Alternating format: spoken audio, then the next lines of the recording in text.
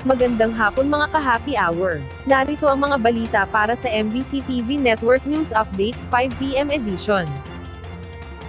Makabagong kagamitan ng AFP at ng Amerika, bibida sa Maritime Strike Exercise na bahagi ng Balikatan 2025.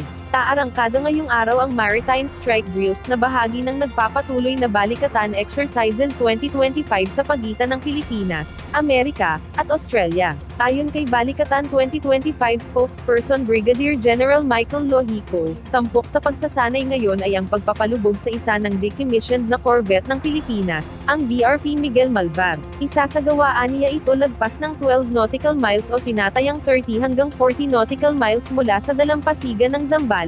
Magugunitang mula noong 2023 Balikatan, naging bahagi na ng pagsasanay ang pagpapalubog sa mga na-decommissioned ng barko ng Pilipinas. Una, ay ang BRP Pangasinan noong 2023, at ang BRP Lake Caliraya noong isang taon, at ang ikatlo ay ang BRP Miguel Malvar ngayong taon.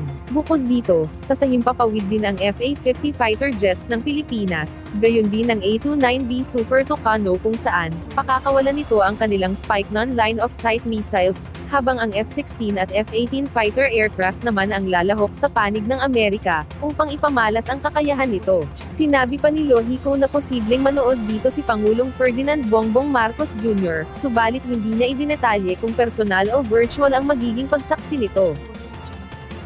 Samantala, sa Metro Manila ngayon, driver ng SUV na sumagasa sa departure area ng NAIA Terminal 1, pinahaharap sa LTO sa Huwebes. Nag-issue na ng show cause order ang Land Transportation Office laban sa driver ng SUV na umaroro sa departure area ng NAIA Terminal 1, at naging rason ng pagkasawi ng dalawa at pagkasugat ng iba pa. Sa inilabas na SCO, inatasan ang driver at rehistradong may-ari ng itim na Ford Everest, na humarap sa Intelligence and Investigation Division sa LTO Central Office sa Huwebes, May 8. Pinagsusumite rin ito ng paliwanag kung bakit hindi dapat mapanagot sa kasong reckless driving o Section 48 of Republic Act No. 4136, at improper person to operate a motor vehicle o Section 27 of Republic Act No. 4136. Una nang sinuspinde ng 70 araw ng LTO ang lisensya ng sangkot na driver at inatasan na itong isuko ang kanyang lisensya bago ang hearing. Inilagay na rin sa alarma ang SUV, habang nagpapatuloy ang investigasyon.